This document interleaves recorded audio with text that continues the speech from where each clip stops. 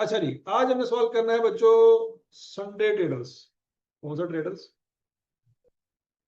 आवाज नहीं आ रही।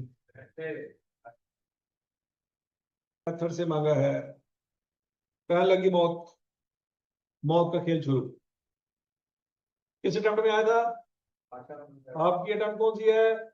आटम। इसमें अगर वालों के लिए निशानियां हैं।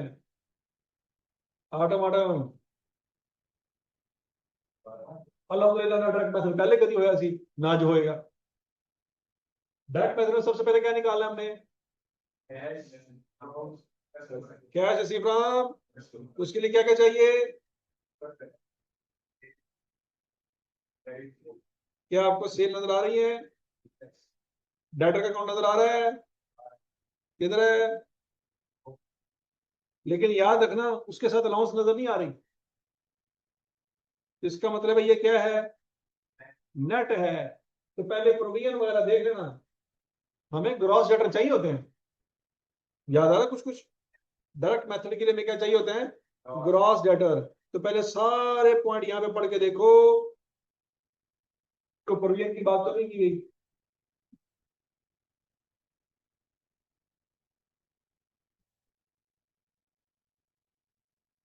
की गई है।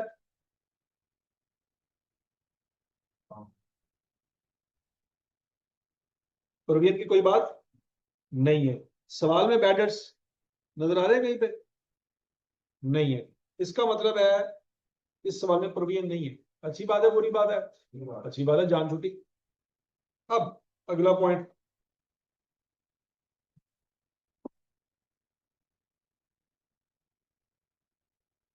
डेटर का ओपनिंग क्लोजिंग मिल गया बच्चों? सेल मिल गई? सेल के बारे में एक बात यहां पे लिखी हुई है, ध्यान से देखो। ओहो, यहाँ पे तो एक गड़बड़ हो गई। यहाँ पे एक नया कट्टा खुल गया। नया कट्टा क्या खुला बच्चों? ये आई कैप ने एक और चवल मार दी सब। ये क्या डाल दिया उसने? Advance from customer. जैसे होंडा है या टोयोटा है, ये गाड़ियां बेचते हैं तो क्या करते हैं? प्री बुकिंग करते हैं। तो जिन लोगों से पैसे पकड़े हैं क्या उनको गाड़ी दे दिए? तो ये पैसे उनकी किताबों में क्या होंगे? लायबिलिटी हो। तो उस तरह का कोई कंसेप्ट है। तो बच्चों इसका मतलब यह हुआ कि डेटर अकाउंट के दो ब्रॉडाउन होंगे, दो कैडन होंगे। कुछ लोगों को उधार में माल बेचा हुआ है और कुछ लोगों से एडवांस में पैसे पकड़े हुए।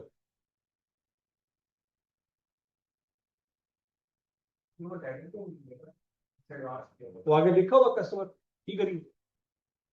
अब जिस बंदे को गाड़ी देनी है उसको चीजें बेचनी है कि उससे चीजें लेनी है? तो उसको अल्टीमेटली क्या कहेंगे? रेटर तो नहीं ना कहेंगे। नहीं समझ लगी? है तो कस्टमर। वो डेटर नहीं है लेकिन कस्टमर तो है। डेटर कौन होता है? जिसको उधार में चीजें बेची वो डेटर तो नहीं बनता, लेकिन कस्टमर तो है। नहीं समझ लगी? तो बच्चों जब आप डेटर अकाउंट बनाएंगे तो दो ब्रॉडन आएंगे, दो कैडन आएंगे।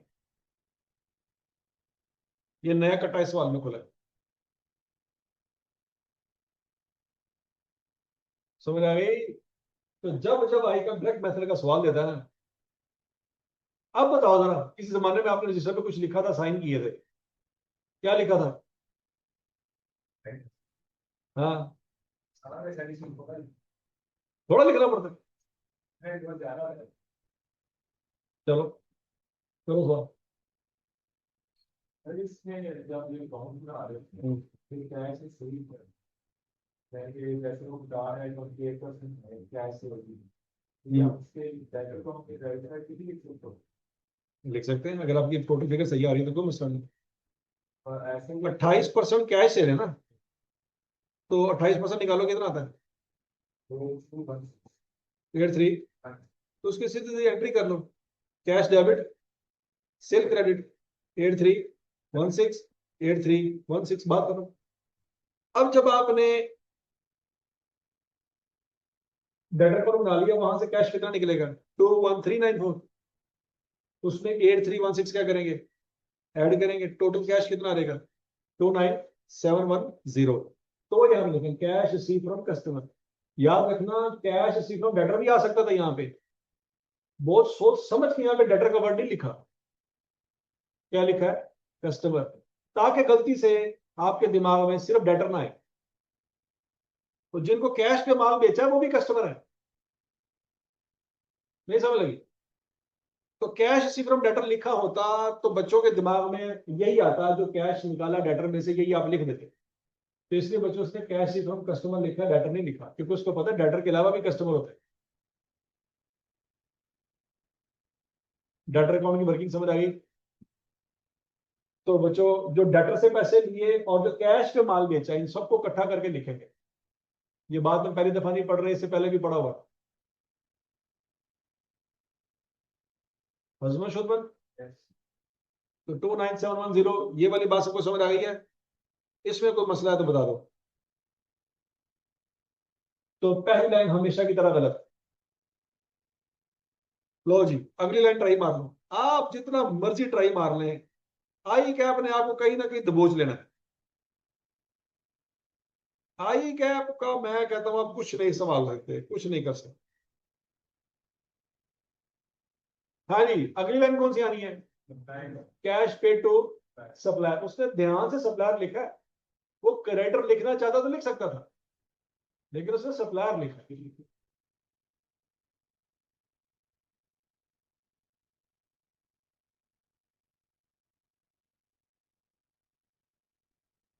स्टूडेंट्स आप भी बता दें, कैश पे टू सप्लायर निकला है कि नहीं निकला? Ali, Arsalan, Sania, Abdul Wase. Cash pay to supplier 17934। Very good. Supplier के लिए बच्चों सबसे पहले तो परचेज निकालनी पड़ेगी ना। परचेज कहां से निकालेंगे? Cost of sales. Cost of sale निकालने का तरीका बच्चों दो है। एक तरीका है स्टॉक अकाउंट बनाने, परपेचुअल सिस्टम अगर हो तो, याद है ना perpetual system, stock inventory account बनाया करते थे। ओपनिंग स्टॉक, क्लोजिंग स्टॉक, उधर आएगी कॉस्ट ऑफ सेल, इधर आएगी परचेज। एक तरीका तो ये है। दूसरा तरीका क्या है? कॉस्ट ऑफ सेल का फार्मूला लिख लें। वो क्या है? Opening stock plus purchases minus closing stock. इस तरीके से भी निकाल सकते हैं। कॉस्ट ऑफ सेल कितनी है जी? 15750। ओपनिंग स्टॉक कितना है? 4500। परचेज नहीं पता, क्लोजिंग स्टॉक कितना है? 4800। तो यहां से परचेज निकल आएगी बच्चों कितनी? 16050। दो तरीके, दोनों में से जो आसान लगता है वो करो। वो परचेज निकाल के क्या करेंगे? सप्लायर अकाउंट में क्रेडिट साइड पे लिखेंगे। क्रेडिट साइड पे क्यों लिखेंगे? परचेज डेबिट क्रेडिट, ये एंट्री पूरी होती है। तो जब क्रेडिट साइड पे परचेज डालेंगे तो डेबिट साइड पे कैश निकला है। अब कैश डेबिट साइड पे क्यों आ रहा है? क्रेडिट डेबिट हो रहा है और कैश क्रेडिट हो रहा है। जब भी कैश डेबिट साइड पे निकला करेगा इसका मतलब है कैश आया नहीं, कैश गया है।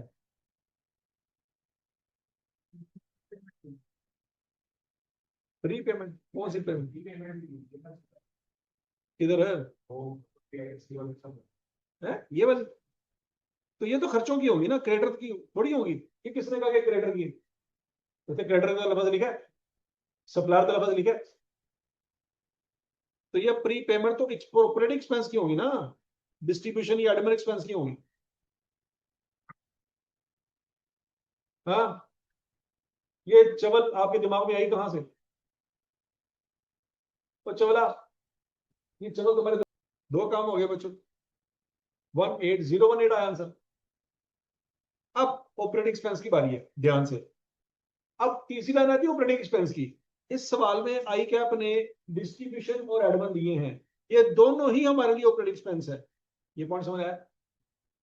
ये दोनों ही हमारे लिए क्या है? ऑपरेटिंग एक्सपेंस है। इन दोनों को इकट्ठा कर लेंगे। लेकिन लेकिन लेकिन लेकिन अगर इसमें डेप्रिसिएशन हुई तो साइड पे करनी पड़ेगी। अगर बैड डेट्स हुए तो साइड पे करने पड़ेंगे। ये पॉइंट समझ आ रहा है? और अगर लॉस ऑन डिस्पोजल हुआ इसके अंदर तो वो भी साइड पे करना पड़ेगा। तो पहले यहां पे पढ़ लो कि लॉस ऑन डिस्पोजल तो नहीं है।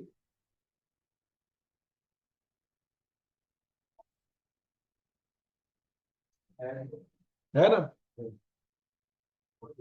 और एक और चीज भी है, ये दोनों वो खर्चे हैं जो इन्वेस्टिंग एक्टिविटी से रिलेटेड है। याद आ रहा है कुछ कुछ? और बोलो तो सही, ये दोनों वो खर्चे हैं जो इन्वेस्टिंग एक्टिविटी से रिलेटेड हैं। ये खर्चे हमारे ऑपरेटिंग एक्सपेंस में नहीं आने चाहिए, क्योंकि हम ऑपरेटिंग एक्सपेंस में वो वाले खर्चे ले रहे हैं जिसका ताल्लुक ऑपरेटिंग एक्टिविटी के साथ। तो ये खर्चे ऑपरेटिंग एक्सपेंस में से साइड पे कर दें।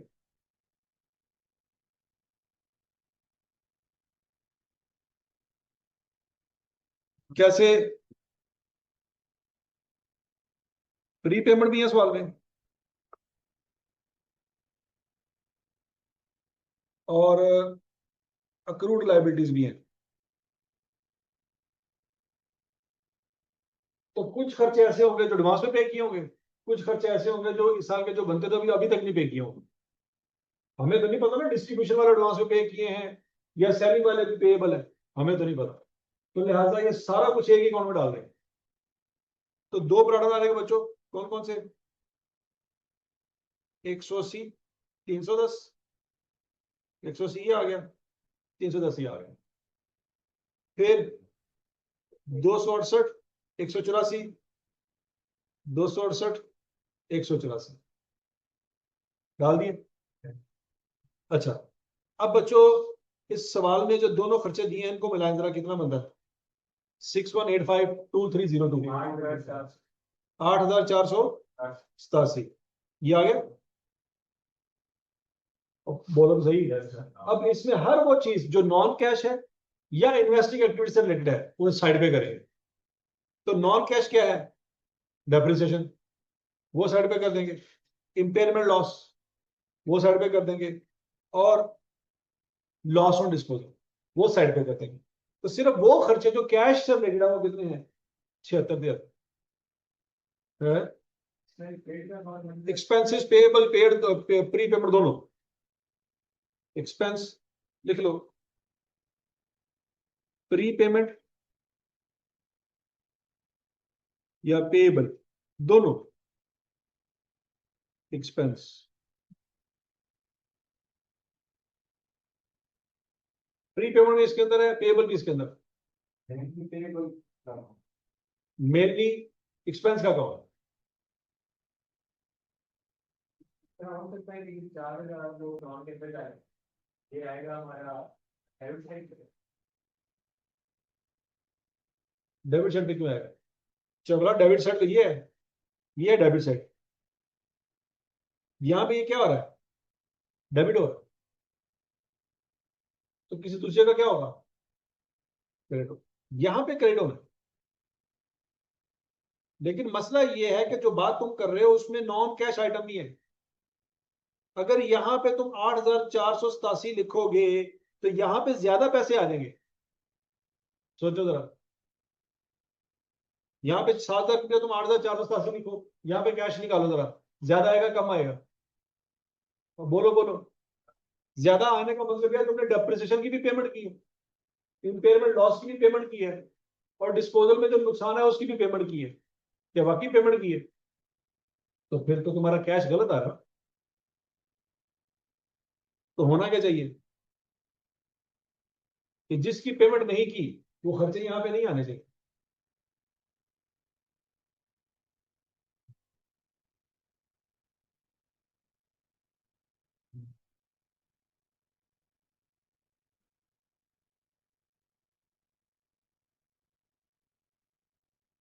और समझ लगी?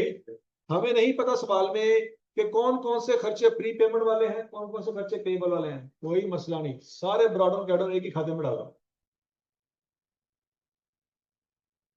कोई टेंशन वाली बात नहीं।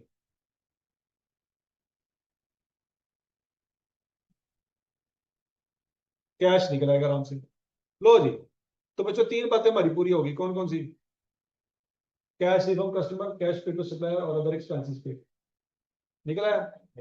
अच्छा, मैंने कहा था कि नॉर्मली तो हम एक चीज बेच रहे होते हैं उसका सेल रेवेन्यू आ रहा होता है, लेकिन अगर कोई ऐसी चीज है जो अदर इनकम में आ रही है, इसका मतलब है हम कोई और भी छोटा मोटा काम कर रहे हैं जिससे पैसे आ रहे हैं।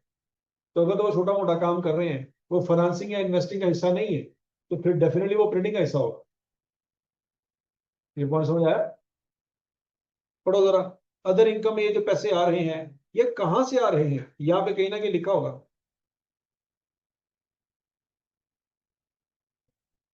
कहता है एक तो इन्वेस्टमेंट प्रॉपर्टी में इजाफा हुआ है और रेंट रिसीव फ्रॉम इन्वेस्टमेंट। अब जो रेंट की कलेक्शन आप करते हो वो इन्वेस्टिंग एक्टिविटी का हिस्सा नहीं है, वो फाइनेंसिंग का भी हिस्सा नहीं है, वो किसका हिस्सा है? ऑपरेटिंग का हिस्सा है। तो रेंट जो आपको मिला है वो ऑपरेटिंग एक्टिविटी में आना चाहिए। क्लियर है? तो कितना रेंट मिला है? 184। तो बच्चों ये 184 सीधा सीधा ऑपरेटिंग एक्टिविटी में डाल देंगे। पिछले सवाल में हमने पढ़ा था कमीशन रिसीव, ऐसी है मेंटेनेंस इनकम। तो मेंटेनेंस का जो काम कर रहे हैं वो भी ऑपरेशन का हिस्सा है, और अगर आपने प्रॉपर्टी रेंट पे दी हुई जाके रेंट की कलेक्शन कर रहे हैं वो भी ऑपरेशन का हिस्सा है। शुद्ध। तो ये रेंट का अकाउंट क्यों बनाया हमने? उसने सीधा सीधा हमें बता दिया है। और अगली बात, यहां पे रेंट रिसीवेबल का ओपनिंग क्लोजिंग नहीं है। अगर ओपनिंग क्लोजिंग होता तो हमें अकाउंट बनाना पड़ता। समझ आ रही है? रेंट रिसीवेबल का कोई ओपनिंग क्लोजिंग नजर नहीं आ रहा। ठीक है जी। तो ये बच्चों न्यू लाइन है, मतलब फॉर्मेट में ये लाइन नहीं लिखी हुई। एक आधी लाइन ऐसी होगी जो सवाल में ऐसी आएगी जो फॉर्मेट में नहीं हो, जैसे वो पिछले सवाल में मेंटेनेंस इनकम थी, इस सवाल में रेंट इनकम।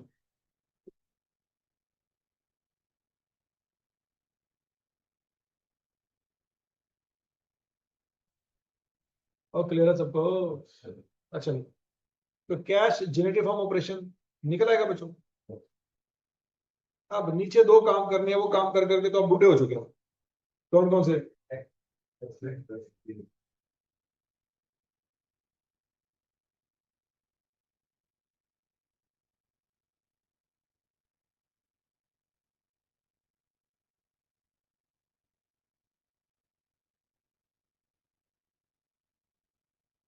हाँ भाई, टैक्स पेड इंटरेस्ट पेड निकला है। क्या क्या निकला है?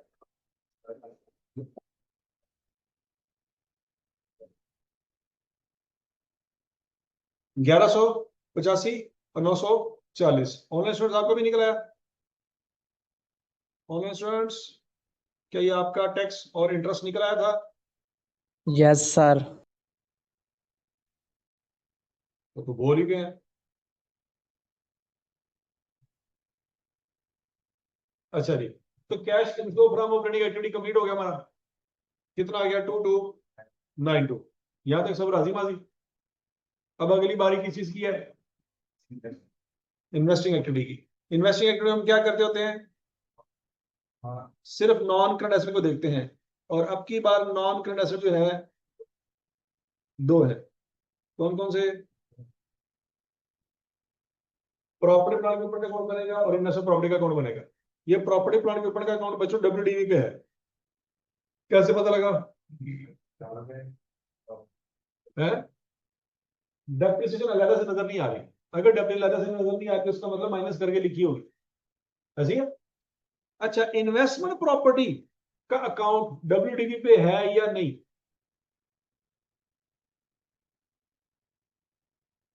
ये नया पॉइंट है, इससे पहले नहीं आया ये वाला पॉइंट। इन्वेस्टमेंट प्रॉपर्टी का अकाउंट WDV पे है या नहीं, कैसे पता लगा? फेयर वैल्यू पे। फेयर वैल्यू पे कैसे पता लगा? कहाँ लिखा हुआ है? कहाँ लिखा हुआ है? Increase in fair value. तो इसका मतलब है फेयर वैल्यू में इजाफा हुआ तभी तो इनकम रिकॉर्ड की। इसका मतलब है investment property fair value model पे मेंटेन हो रही है। अच्छा, अगर investment property fair value model पे मेंटेन हो रही है तो क्या होगा? डेप्रिसिएशन चार्ज नहीं होगी। याद है कुछ कुछ? तो लिहाजा ये WDV पे नहीं है, ये फेयर वैल्यू पे है, इसमें डेप्रिसिएशन नहीं आनी। अच्छा, इसका मतलब ये भी हुआ बच्चों, अगर फेयर वैल्यू में इजाफा हुआ है तो पैसे मिले, तो जितना इजाफा फेयर वैल्यू की वजह से हुआ उसमें उतने पैसे नहीं मिले आपको। उसके अलावा अगर इजाफा हुआ तो वो कैश मिला होगा। नहीं समझ आ रहा? इजाफा हुआ कि नहीं हुआ? हुआ है, लेकिन क्या सारा एडिशन ही हुआ है? ये पॉइंट समझ आया नहीं आया? यहाँ पे भी इजाफा हुआ बच्चों, तो प्रॉपर्टी प्लांट के ऊपर का अकाउंट बनाएंगे, बनाएंगे कि नहीं बनाएंगे? लेकिन यहाँ पे कुछ सरप्लस है, नजर आ रहा है आपको सरप्लस? तो इसका मतलब है कि यहाँ पे कोई सरप्लस नहीं है, तो प्रॉपर्टी प्लांट के ऊपर में जो भी इजाफा हुआ है उसमें सरप्लस का कोई लेना देना नहीं है। ये पॉइंट समझ आएगा सबको? और बोलो तो सही। डेप्रिसिएशन सवाल में दी हुई है, कितनी दी हुई है? 750। ये माइनस करेंगे, लेकिन सवाल में इंपेयरमेंट लॉस भी है, ये भी प्लांट में माइनस करेंगे। डिस्पोजल भी है, कितना,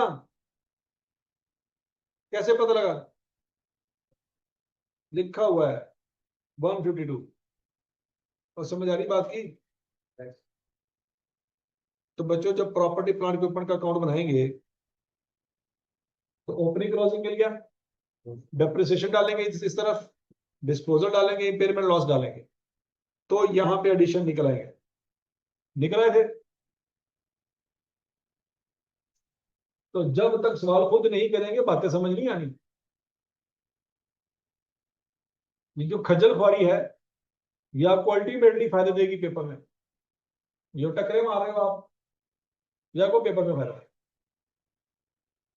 2241 समझ आ गया? ये पैसे आए के गए? लाख लानत तोड़े थे, कैश डेबिट साथ लिखा थे, पैसे आए ने, दर फिर मुत तोड़े। अंग्रेजी पुठी लिखी होती है, ये बात हमने इंट्रोडक्शन टू अकाउंटिंग में पढ़ी थी, आज तक हजम नहीं हुई। कैश अगर डेबिट साइड पे लिखा है तो कैश आ रहा है, तो डेबिट क्या हो रहा है? डेबिट तो ये हो रहा है, अंग्रेजी पुठी लिखी हुई है, डेबिट प्रॉपर्टी प्लांट के ऊपर हो रहा है, कैश तो क्रेडिट हो रहा है। ये बात बचपन में इंट्रोडक्शन टू अकाउंटिंग में समझाई थी, तो आज तक हजम नहीं हुई है। तो शक्ला देखो, पीआरसी वाले तो हंसते हो गए हैं। मैं पीआरसी वाला थोड़े नाल भावा ना, उन्होंने क्या थोड़े बाबा जी दाद देखो की कर रहे हैं, फोर फादर्स।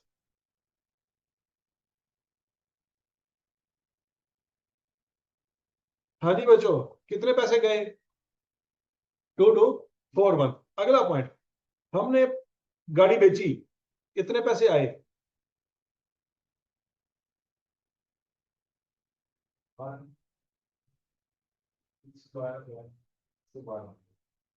हाँ जी, गाड़ी बेची थी, पैसे आए थे, कितने आए थे? 112। ये 112 कैसे आया? 152 का था, लॉस हुआ 40 का, तो पैसे ज्यादा आए होंगे कि कम आए होंगे? कम आए होंगे। तो कैसे निकाले होंगे बच्चों 152 माइनस 40? लेकिन अगर यहाँ पे 40 मिलियन का गेन लिखा होता, अगर यहाँ पे 40 मिलियन का लॉस की बजाय क्या लिखा होता? गेन, तो फिर पैसे कितने आए थे? हैं? कैसे निकलते? 152 में 40 जमा करते। ये तरीका समझ आ रहा है? लॉस हुआ है तो पैसे कम मिले होंगे, गेन होता तो पैसे ज्यादा मिलने थे। क्लियर है? तो 112 पैसे आ रहे हैं कि जा रहे हैं? प्लस में लिखेंगे। समझ लगी बात की? अब एक ही चीज रह गई बच्चों, वो क्या है? Investment property. इन्वेस्टमेंट प्रॉपर्टी में कोई गेन आया था, वो कहीं पे बताया हुआ है, कितना आया था? 220 का गेन आया था। तो बाकी का जो इजाफा है वो कैश की सूरत में हुआ होगा। निकालो जरा, इन्वेस्टमेंट प्रॉपर्टी का कौन बनाओ?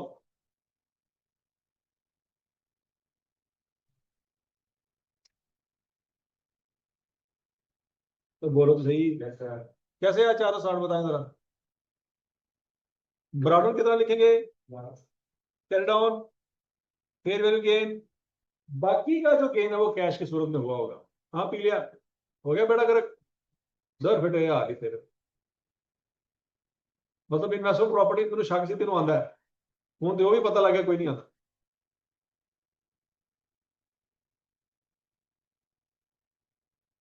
की चवल मारी, दर फिटे तेरे दे।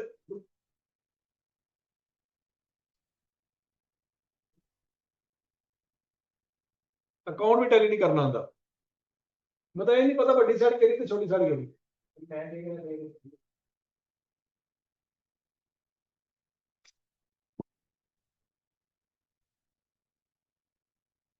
तो क्लियर है? तो 460 जा रहा है बच्चों। इन्वेस्टिंग एक्टिविटी में नेट कैश कितना जा रहा है?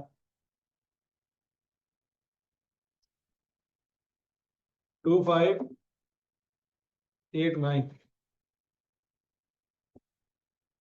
हजम शुद्ध। लो जी, हूँ ਤੁਹਾਡੀ ਮਿਹਰਬਾਨੀ क्या काम ठीक करना। फाइनेंसिंग एक्टिविटी में आती है इक्विटी और लॉन्ग टर्म लोन, ऐसे ही है। शेयर कैपिटल में इजाफा हुआ है, प्रीमियम में भी इजाफा हुआ है। तो मैंने कहा था कैश फ्लो के पॉइंट ऑफ व्यू से शेयर कैपिटल शेयर प्रीमियम का अकाउंट आपने इकट्ठा बनाना है। दो ब्रॉड आएंगे, दो कैड आएंगे। ठीक हो गया। और सवाल में देखो कहीं कोई बोनस शेयर तो नहीं है।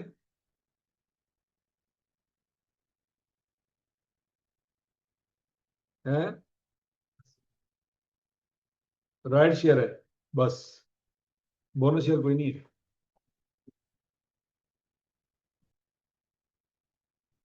डिविडेंड भी देख लेना ध्यान से कि डिविडेंड तो नहीं है सवाल में। डिविडेंड कहां से मिलेगा? रिटेन अर्निंग के अकाउंट में से मिलेगा।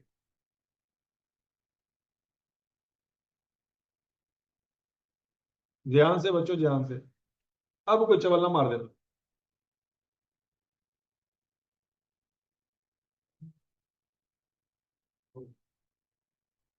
पचास। और शेयर प्रीमियम 1240। दो ब्रॉडो, दो कैडो। क्लियर। तो कैश कितना निकलेगा? 1560 निकल आएगा। पैसे आ रहे हैं कि जा रहे हैं? आ रहे हैं तो प्लस में लिखेंगे। डिविडेंड, मैंने को कहा था डिविडेंड कहां से निकलेगा? रिटेन अर्निंग से निकलेगा। रिटेन अर्निंग का अकाउंट बनाना पड़ेगा। ओपनिंग क्लोजिंग लिखेंगे।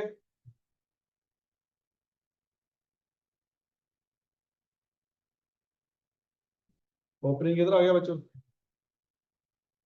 अच्छा, ओपनिंग याद रखना, ये एक और नया कट्टा खोल दिया आपने। ओपनिंग रिटेनिंग माइनस में है। माइनस में होने का मतलब ये है कि ये लॉस है। कंपनी को पिछले जमानों में लॉस हो रहा था। क्या हो रहा था? लॉस हो रहा था। तो लॉस हो रहा था तो ये डेबिट साइड पे आएगा, क्रेडिट साइड पे नहीं आएगा। किस साइड पे आएगा? Debit side. लेकिन क्लोजिंग बैलेंस जो है वो प्लस का है। इसका मतलब है कंपनी ने इस साल इतना पैसा कमाया होगा कि पिछला लॉस पहले जीरो किया होगा, फिर उसके ऊपर कमाते कमाते 1652 तक पहुंचे होंगे। ये पॉइंट समझ आया सबको? नहीं समझ आया? और उसमें बच्चों फिर प्रॉफिट आफ्टर टैक्स इधर आएगा। और बोलो कि सही होना ये चाहिए था। टिपिकली अगर हम रिटेन अर्निंग का अकाउंट बना रहे होते तो बच्चों ब्रॉडन इधर आना चाहिए था। ऐसे ही है। यहाँ पे ब्रॉडन क्यों नहीं आ रहा? क्योंकि माइनस की फिगर इसलिए ब्रॉडन इधर आया। प्रॉफिट उधर आना था और कैडन इधर आना। जब सब कुछ करेंगे तो बैलेंस फिगर डेबिट साइड पे निकले। 1200 का डिविडेंड जा रहा है। और लॉन्ग टर्म लोन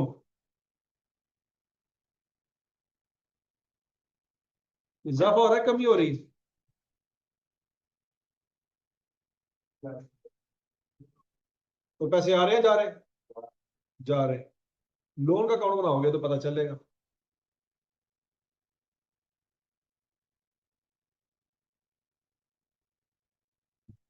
अब जरा ध्यान से।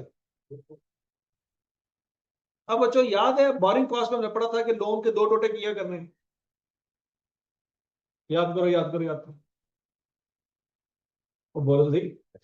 लॉन्ग टर्म लोन के दो टोटे किया करते थे, भला क्या किया करते थे? करंट और नॉन करंट पोर्शन याद है?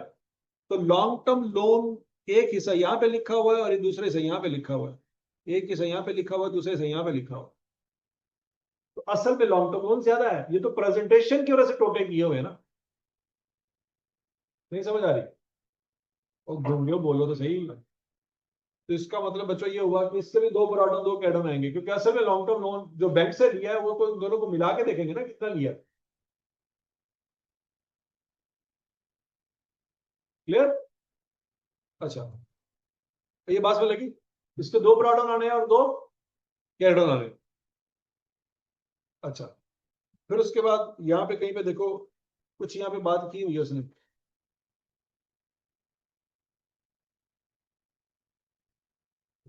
मैंने लोन पे किया कितना, 1984 का, और इसमें कितना इंटरेस्ट शामिल है। इंटरेस्ट की कैलकुलेशन तो पहले ही कर चुके हैं, इंटरेस्ट की कैलकुलेशन है हम पहले ही कर चुके हैं। कितना इंटरेस्ट पे किया था, 1185, याद आ रहा है? तो बोलो तो सही। तो बच्चों इस 1984 में से 1185 साइड पे कर दो, क्यों बोला, वो इंटरेस्ट की पेमेंट है, बाकी लोन की पेमेंट होगी। कितनी है, 799, ये लोन की पेमेंट है। इस 799 की क्या एंट्री होगी,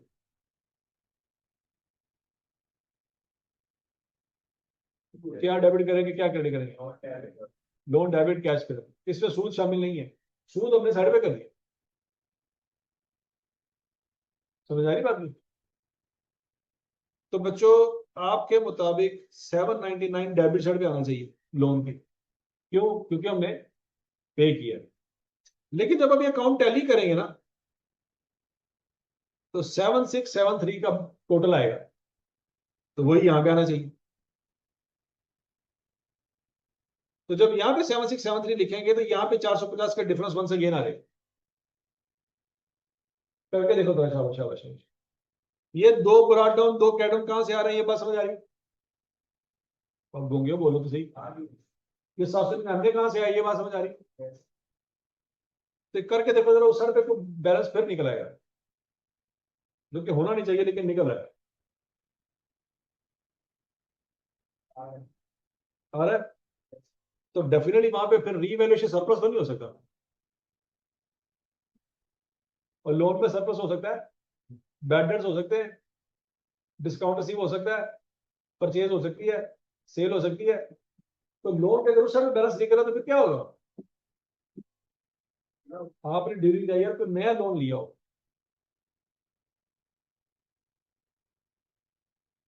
है तो बताया नहीं है ना, क्योंकि निकल आना था। जब आप 799 यहाँ पे लिखेंगे तो उधर फिगर निकल आएगी, क्योंकि टोटल आपका बड़ा, इस साइड का टोटल बड़ा आएगा ना, तो वही टोटल जब आप उस साइड पे लिखोगे तो उधर बैलेंस निकल आएगा।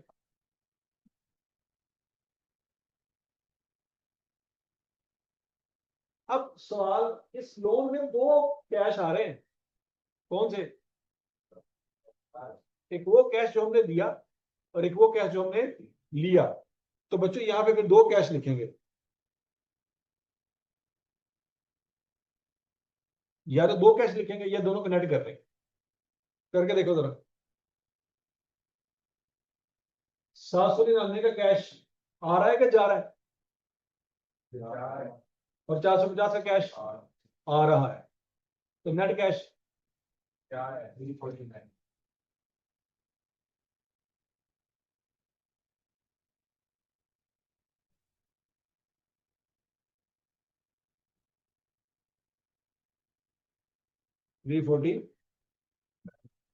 माइनस में, माइनस में क्यों आएगा,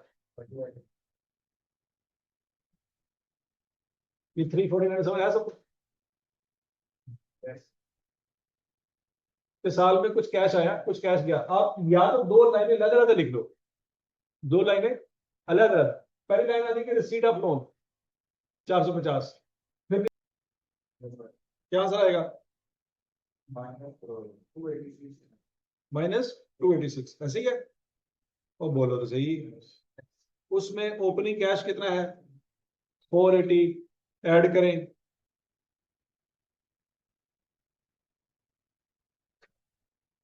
तो क्लोजिंग कैश कितना निकलना चाहिए, 194 का निकलना चाहिए।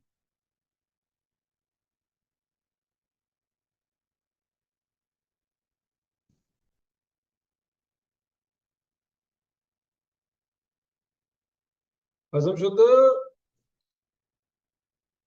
तो बच्चों इस सवाल में हमने नई बातें क्या पढ़ी हैं, जरा बताओ।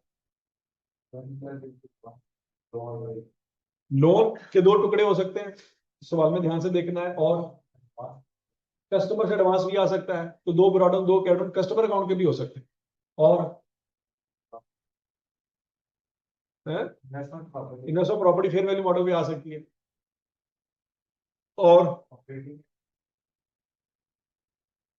ऑपरेटिंग एक्सपेंस का तो पहले ही पॉइंट पढ़ा हुआ हमने है। रेंट, हाँ, इन्वेस्टमेंट प्रॉपर्टी में जो रेंट आया वो ऑपरेटिंग एक्टिविटी है। तो फॉर्मूले वो लाइन नहीं लिखी थी, लेकिन वो हमें पता होना चाहिए कि इन्वेस्टिंग और फाइनेंसिंग में तो नहीं जा सकती, वो ऑपरेटिंग में ही जाएगी। और इस बार में इम्पेयरमेंट लॉस भी आया था,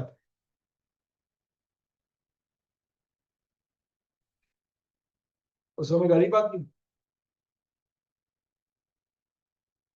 तो सवाल बड़ा इंपॉर्टेंट है, यही सवाल अपने घर जाके दोबारा कर लोगे।